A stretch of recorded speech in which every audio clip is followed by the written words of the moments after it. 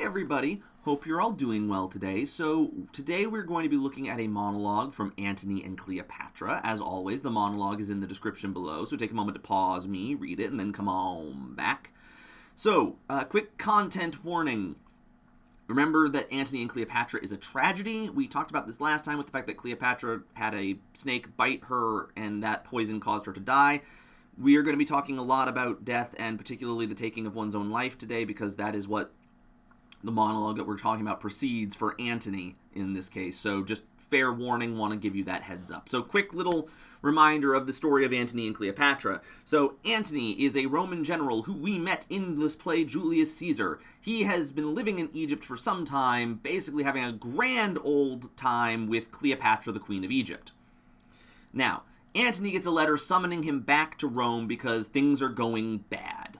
There's a guy who's basically trying to revolt against the three people who are currently ruling Rome, which is Caesar, Antony, and one other guy, who's not really important to all of this. Anyway, so Antony begrudgingly goes back to Rome, and Caesar lays into him about the fact that he's been gone and probably just frittering away his life in Egypt, and Antony kind of fires back because Caesar is young and kind of hot-headed, and eventually one of Caesar's people says, hey, wait.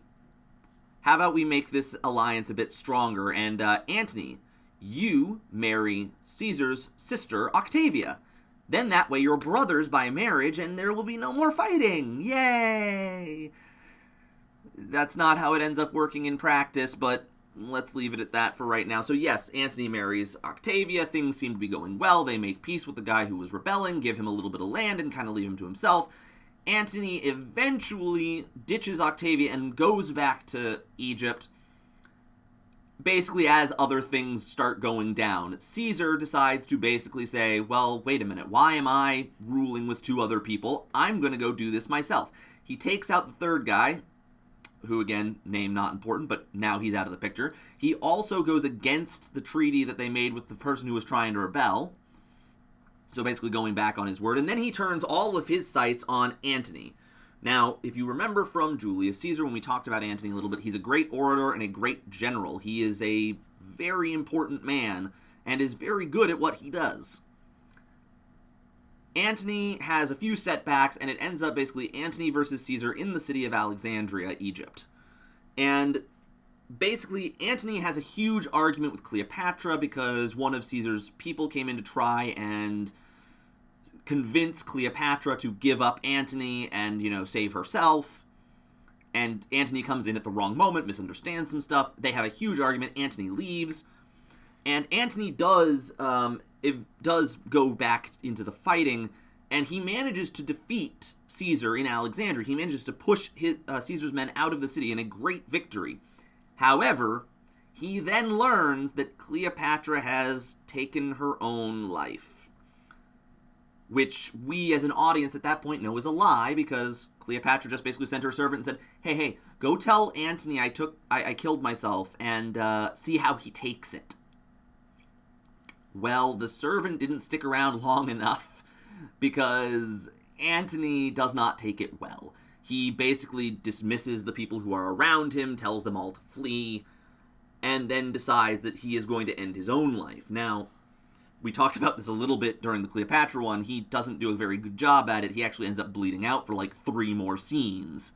But the monologue we're looking at today, from Act 4, Scene 12, yes, sometimes Shakespeare had ridiculous numbers of scenes in his acts. Mostly when you see a 12 like that, it usually means the scenes are very, very short and go back and forth very quickly.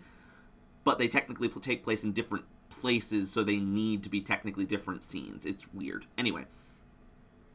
But this monologue is just after Antony has learned this, and he's in despair. Because the last thing he really did with Cleopatra is have this argument with her, and I want you to think about it for a moment, like, if you left the house one day and found out that when you got home that somebody you cared about very deeply, a parent, a brother, a sister, died, and the last thing that happened was you were yelling at each other. The last conversation you had was angry. That's where Antony is right now.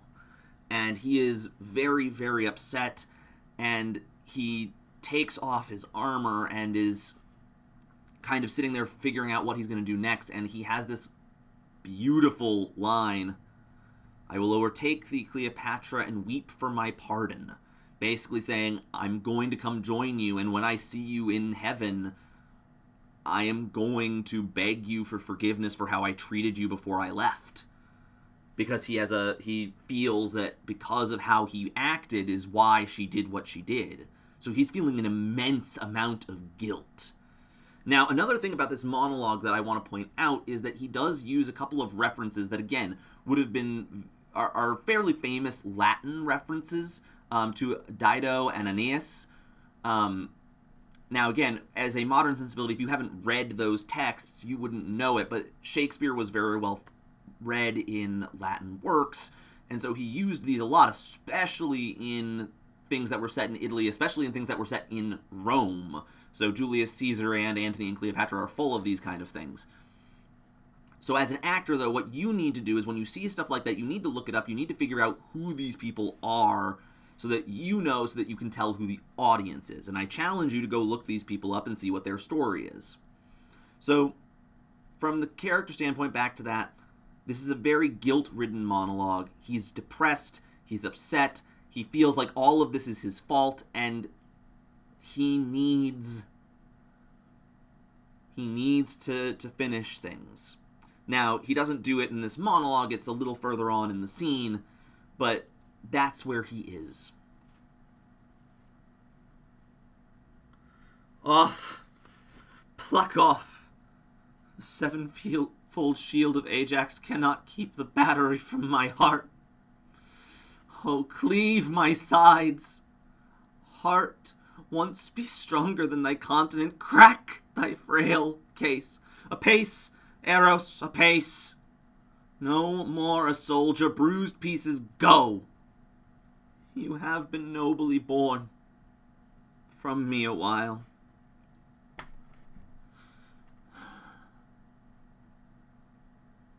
I will o'ertake thee, Cleopatra, and weep for my pardon. So it must be, for now all length is torture. Since the torch is out, lie down and stray no farther. Now all labor mars what it does, yea, very force entangles itself with strength. Seal then, and all is done. Eros, I come, my queen. Eros, stay for me. Where souls do couch on flowers, will hand in hand, and with our sprightly port make the ghosts gaze.